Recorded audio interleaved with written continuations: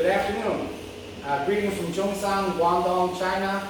I'm Pat Smith. I'm the president of J Group International. A lot of you know us better as J Molds. I want to talk about a conformal cooling process today called diffusion bonding.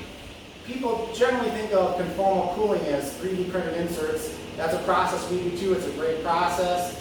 Allows you to get cooling into small places and molds with snaky little water lines. Diffusion bonding is a little different than that. Diffusion bonding allows me to put water lines in, let's say, a deep core like this piece. This is a demonstration piece. Put some water lines in a deep core, and without the use of screws, without the use of gaskets, put a cap on it, and that cap's going to be permanently bonded to the core.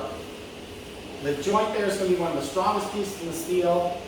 It's just like working a single piece of steel. You don't even know they're two separate pieces. You're never going to leak. You're never going to have a problem like that. And you get a lot of water lines into a core like this. In this particular application, there's part detail on the inside of the core. It goes down very deep. There's part detail on the outside of the core. So I've got heat here on the inside. I've got heat here on the outside. And I've got a steel wall that's less than an inch here. I mean, I'm lucky to get a 6mm water line in there. To do that conventionally, we'd be running bubblers up there. I maybe could get 4 bubblers in this piece. Terrible water flow, poor cooling, and really just not enough. So I'm going to have a very hot core.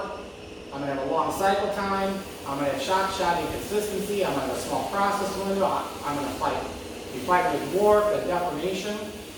So we don't want to do that.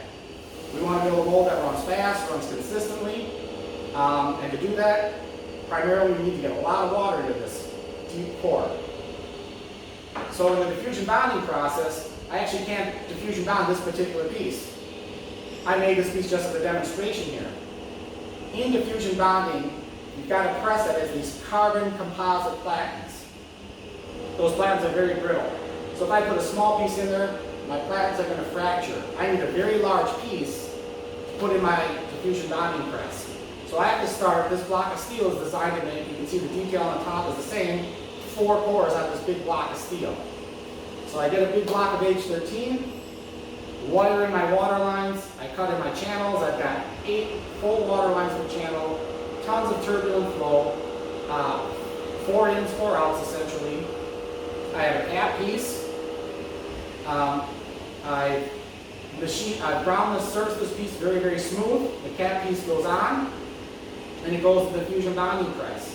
Another thing about diffusion bonding is the surface area, the top and the bottom need to be the same. If your surface area, like on this finished piece basically here, this is smaller than the bottom, that's also going to fracture my platens. So I need the surface area is the same. But anyway, so I put this in with the cap on. This cap piece will go on, go in the diffusion bonding press, get diffusion bonded. When it comes out, it's like one solid piece of steel. The post-processing has a few more steps.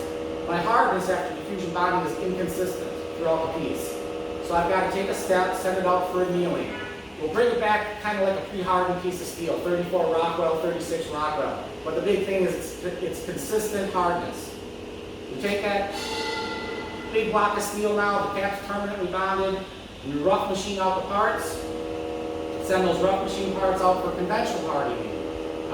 From this point on, the process is just like working a normal single piece of steel.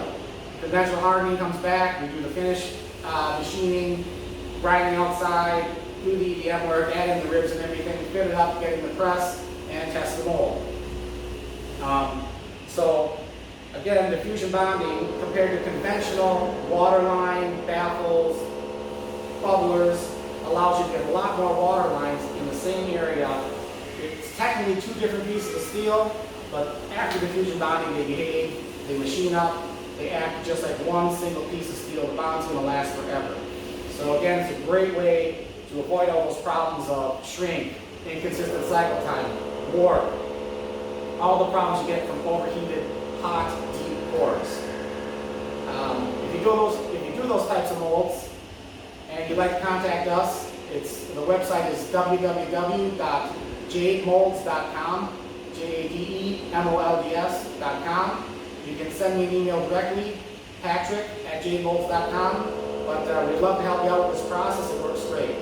Thanks for your time.